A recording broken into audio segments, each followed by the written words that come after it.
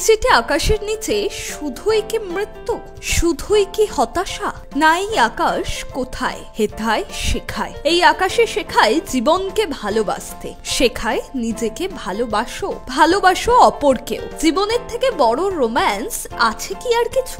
৪৮তম আন্তর্জাতিক বইমেলায় ট্রাইব টিভির প্রতিনিধি ত্রয়ন চক্রবর্তী খোঁজ নিলেন এই সমস্ত কথার। ক্যামেরার লেন্সে উত্তরগুলো ধরে রাখলেন প্রতিনিধি দেবরাজ দত্ত।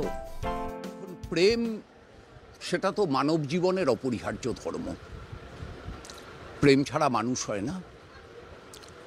সুতরাং খুব স্বাভাবিকভাবেই অজস্র প্রেমিক প্রেমিকা, তরুণ তরুণী তারাও বইমেলায় আসেন। আবার বইমেলায় এসে কারো সঙ্গে পরিচয়ের মধ্য দিয়ে নতুন প্রেমও হয়, এমন অনেক গল্পও আমার জানা আছে।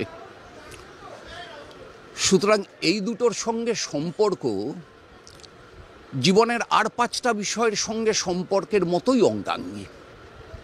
আপনি যদি এটাকে স্বতন্ত্র করতে চান, বইমেলা এবং প্রেম, সরস্বতী পুজো এবং প্রেম, দুর্গা পুজো এবং প্রেম, এরকমভাবে যদি স্বতন্ত্র স্বতন্ত্র করতে চান, তাহলে আমি বলবো আমি খুশি হব, আমার তো সেই তথ্য নেই, যদি সবচাইতে বেশি প্রেমের জন্ম বইমেলাতেই হয়ে থাকে, তাহলে আমি খুশি হব।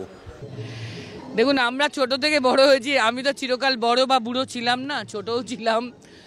ফলে প্রেমের সাথে বইমেলা এবং সরস্বতী পুজোর খুব ভালো সম্পর্ক, সেটা আমি নিজের জীবনেও প্রত্যক্ষ করেছি। তো বইমেলা, সরস্বতী পুজো এগুলো খুব বিশেষ বিশেষ প্রেমের জায়গা। তো আমি এখনকার যারা নতুন প্রজন্ম, তারা এই বইমেলায় আসুক, প্রচুর বই কিনুক, বই পড়ুক এবং প্রচুর প্রেমও করুক, এটা চাই। ওই অনিন্দর একটা গান আছে না, বইমেলা ধুলো, ওই রকম আর কি। প্রেম, বইয়ের সঙ্গে প্রেম আর প্রেমিকার সঙ্গে প্রেম বইমেলা জুড়েই হয়।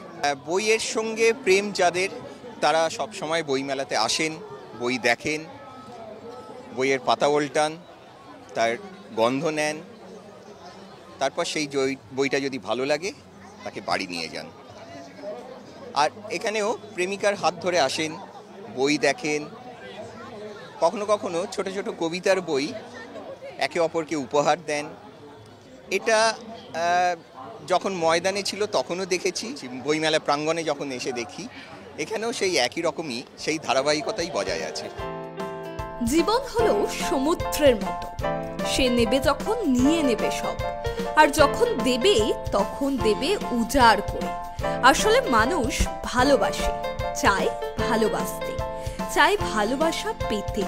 তাই তো পার্কের ঘাসে হাত ধরা, লেকের জলের পাশে বসা, ফুচকার হাঁড়ি ভাগ করার এই শহরে এই বইমেলাও ভালোবাসার প্রতিচ্ছবি।